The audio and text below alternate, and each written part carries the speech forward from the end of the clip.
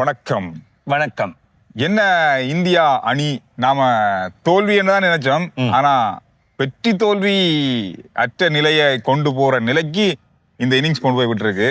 இந்தியாவின் விஸ்வரூபம் போராட்டம் இது உண்மையில் பாராட்டத்தக்க வேண்டியது. கடந்த 3 போட்டிகளில் எவ்வாறு செயல்பட்டார்களோ அதையும் தாண்டி இதுல பெஸ்ட் சொல்லலாம். கடந்த போட்டியில் போராடி தோல்வி, இதில் தோல்வி நிச்சயம் என்கின்ற ஒரு போட்டியை சமநிலைக்கு கொண்டு முடிப்பது என்பது இலகுவே கிடையாது. அதுலயும் நிறைய சாதனைகள், அதாவது 100 ஓட்டங்களை கடந்த வீரர்கள், இதுவரையில் பெறப்படாத ஓட்ட எண்ணிக்கை 669 ஓட்டங்கள். இங்கிலாந்துடைய அதிகூடிய ஓட்ட எண்ணிக்கை.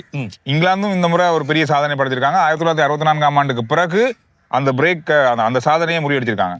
பெரிய ஒரு அளவான ஓட்ட எண்ணிக்கையை இலக்கு வைத்தது இந்தியாவுக்கு.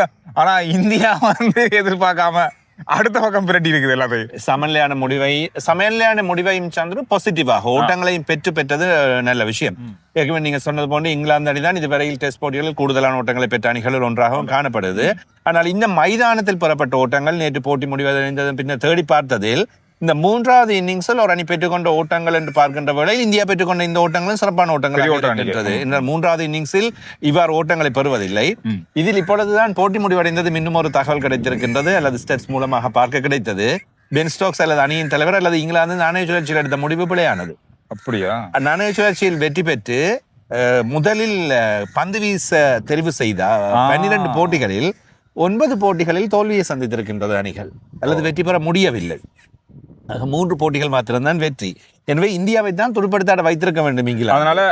அதனால இந்தியாவுக்கு இது சாதகமாக இந்தியாவுக்கும் இது சாதகமாக அமைந்திருக்கின்றது. ஆனாலும் கூட இறுதியாக நடைபெற்ற போட்டிகள் நாணய சுழற்சி இல்லாமல் பார்த்தால் இவ்வாறு முதலில் துடுப்படுத்தாடி இங்கிலாந்து பெரிய ஓட்ட எண்ணிக்கையினை பெற்று 3வது இன்னிங்ஸோடு போட்டியினை நிறைவு செய்திருக்கின்றது.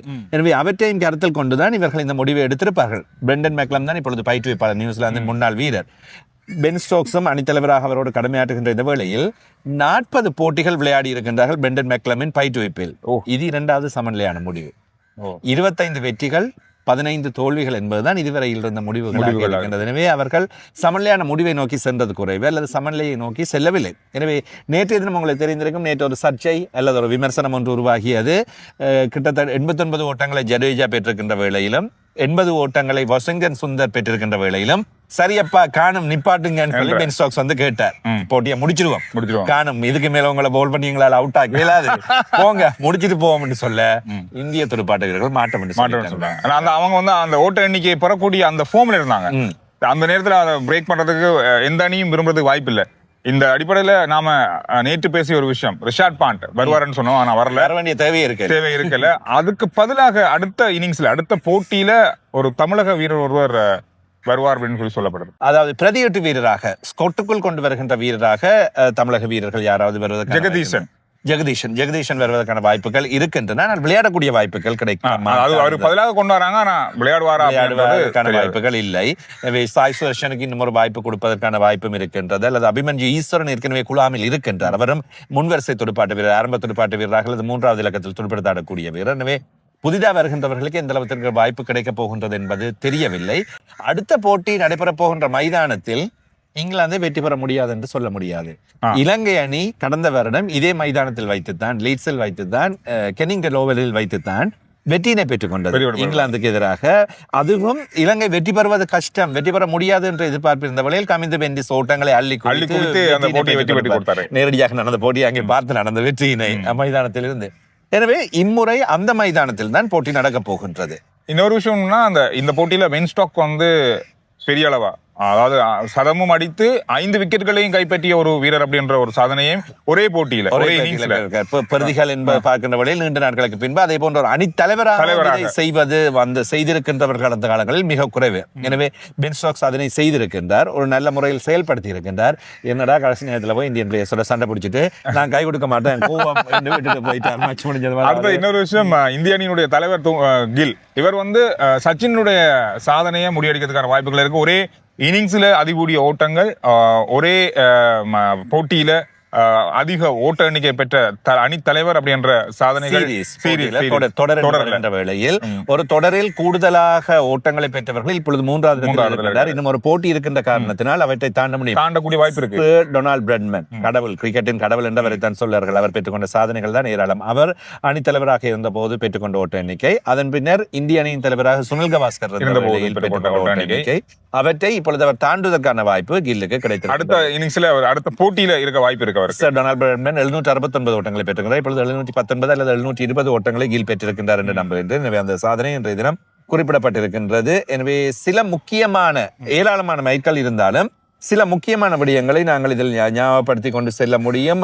350 ஓட்டங்களுக்கு மேல் 7 தடவைகள் ஒரு அணி பெற்றுக் கொண்டிருக்கின்றது, இந்திய அணி பெற்றுக் கொண்டிருக்கிறது. இது டெஸ்ட் கிரிக்கெட் போட்டிகளில் முதல் தடவையாக இருப்பதாக சொல்லப்பட்டிருக்கின்றது. அதே போன்று இந்தியாவை பொறுத்தவரையிலும் கூட மொத்தமாக பார்க்கின்ற வேளையில் 300 ஓட்டங்களை 7 இன்னிங்ஸிலும் தொடர்ந்து தாண்டியவர்களில் 3வது நாடாக இப்பொழுது காணப்படுகின்றது. அடுத்த இன்னிங்ஸிலும் அது வந்தால் சில வேளைகளில் அவை வெற்றி பெறக்கூடிய வாய்ப்புகளாக இருக்கும் என்றும் சொல்லப்பட்டிருக்கின்றது. இதே போல சுப்மன் கில்லின் 4 சதங்கள் ஒரு இந்திய துடுப்பாட்ட வீரராக ஒரு தொடரில் பெற்ற கூடுதலான சதங்களில் 4 சதங்களை ஏற்கனவே சுனில் கவாஸ்கர் பெற்றிருக்கின்றார்.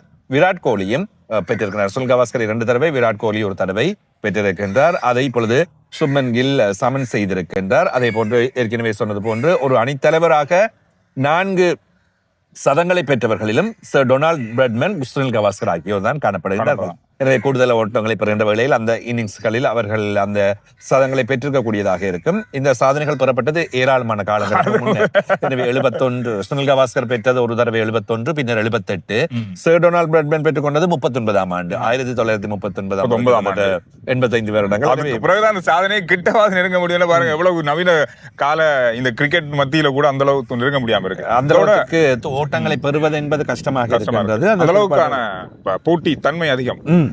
அதே போன்று இவைதான் முக்கியமாக நாங்கள் சொல்லக்கூடியது. ஜடேஜா ஒரு அடுத்தடுத்து பெரிய அளவான ஓட்ட எண்ணிக்கை தொடர்ச்சியாக 50க்கு மேற்பட்ட ஓட்டங்களை சக இன்னிங்ஸிலும் பெற்றுக்கொண்டிருக்கிறார். மும்ராவுடைய பந்து வீச்சு பற்றி பெருசா விமர்சிக்கப்படுது. காரணம்னு சொன்னா அதிக அளவான ஓட்டங்களை இந்த இன்னிங்ஸ்ல விட்டு கொடுத்த இந்திய வீரர் என்ற சாதனை அவர் படைச்சிருக்காரு. இந்திய ஊடகங்கள் அல்லது இந்திய திரைப்படி என்று சொன்னால் நீங்கள் சாதனைகளை கொட்டும் வரையும் தூக்கி வைத்து கொண்டாடுவாங்க. எப்பாவதாவது ஒரு சின்ன மிஸ்டேக் கொண்டு வந்துட்டது, ஒரு சின்ன பிழை வந்துட்டதுன்னு சொன்னா போட்டு அவர்களை அடித்து இல்லாமல் பண்ணுவது, விமர்சிப்பது என்பது. பும்ரா இவ்வளவு காலமாக உங்களுக்கு விக்கெட்டுகளை அள்ளி எடுத்து தந்து வெற்றிகளை பெற்றிருக்கின்றார். ஒரு போட்டியில் எதிரணியிலும் ஏதாவது ஒரு விஷயம் எங்கேயாவது இருக்கணும் இல்ல, அதுக்காக பும்ரா இந்த முறை வந்து சிக்கிட்டது. பும்ரா இந்த முறை சிக்கிற மற்ற எல்லாரையும் பிடிக்க முடியல, மற்ற யாரையும் அந்த குறையை கண்டுபிடிக்க முடியாம. ஒருவேளை இந்தியா தோத்திருந்தால் கில்லை பிடித்திருப்பார்கள், கண்டிப்பா பிடித்திருப்பார்கள். நீதான் அவருக்கு போல் கொடுக்கல, இவருக்கு போல் கொடுக்கல, இந்த மாதிரி ஆச்சு ஏதாச்சுன்னா. அவரும் சிறப்பாக விளையாடி இருக்காரு. அணியும் சிறப்பாக விளையாடியது ஒரு பெரிய ஒரு மாற்றத்தை இந்த இன்னிங்ஸ்ல கொண்டு வந்திருக்கு இந்திய அணிக்கு. இதுல முக்கியமா பேச வேண்டும், லோகேஷ் ராகுல், சுப்மன் கில் ஆகியோர் அந்த 2 விக்கெட்டுகள் வீழ்ந்ததன் பின்னர் பெற்றுக்கொண்ட அந்த இடம் பிடித்து கொடுத்த அதுவும் இன்னும் ஒரு சாதனையாக இருக்கின்றது. ஓட்டம் இல்லாமல், அணிக்கான ஓட்டம் எதுவும் இல்லாமல் 2 விக்கெட்டுகளை இழந்த பின்னர் 190 ஓட்டங்களை அவர்கள் பகிர்ந்து கொண்டதும் ஒரு சாதனையாக, பெரிய ஓட்டங்களை பெற்றுக்கொண்ட சாதனையாக அது இருக்கின்றது. இந்த கிரிக்கெட் விமர்சகர்கள் கணிச்சது எல்லாமே இந்திய அணி தலைகளாக புரட்டி போட்டு நேற்றையோட போட்டியை சமநிலை ஆன முடிவுக்கு கொண்டு வந்து விட்டுருக்காங்க. உண்மையில் இது எதிர்பார்க்காத முடிவு என்று சொல்லலாம். உண்மையிலே சகல போட்டிகளிலுமே இதான் நடைபெற்றிருக்கின்றது. 2வது போட்டியில் வெற்றி பெறுவார்கள் என்று பெரிய அளவில் யாரும் எதிர்பார்க்கவில்லை. 3வது போட்டியில் போராடி அந்த இறுதி நேரம் வரை வாய்ப்பை தொடுவார்கள் என்று எதிர்பார்க்கவில்லை. இப்பொழுது இந்த 4வது போட்டியில் தோல்வியே என்ற ஒரு காரணம் என்ற ஒரு அந்த அடிப்படையே இருந்தது. ஆனால் வெற்றி தோல்வியற்ற முடிவுக்கு கொண்டு வந்து விட்டுருக்காங்க. அடுத்த போட்டி இடம்பெற போகிறது வியாழக்கிழமை ஆரம்பமாகின்றது. எனவே வியாழக்கிழமை ஆரம்பமாகின்ற இந்த போட்டியில் இங்கிலாந்து வெற்றி பெற்றால் 3-1 என்ற இங்கிலாந்துக்கு தொடர் செல்லும். இல்லாவிட்டால் 2-2 என்ற சமநிலை முடிவில் இந்தியா வெற்றிகரமாக செல்லும். எனவே 2-2 என்ற சமநிலை வருவதற்கான வாய்ப்புகளும் இருக்கின்றது. நன்றி. அதாவது சேனலை சப்ஸ்கிரைப் பண்ணுங்க. புது சேனல் நிறைய பேர் இன்னும் வரணும். நிறைய விளையாட்டு ரசிகர்கள் நிறைய பேர் ஒளிஞ்சிருக்கீங்க. இந்த சேனலை பார்த்து சப்ஸ்கிரைப் பண்ணுங்க. உங்களுடைய கருத்துக்களையும் பதிவிடுங்க. நன்றி, வணக்கம்.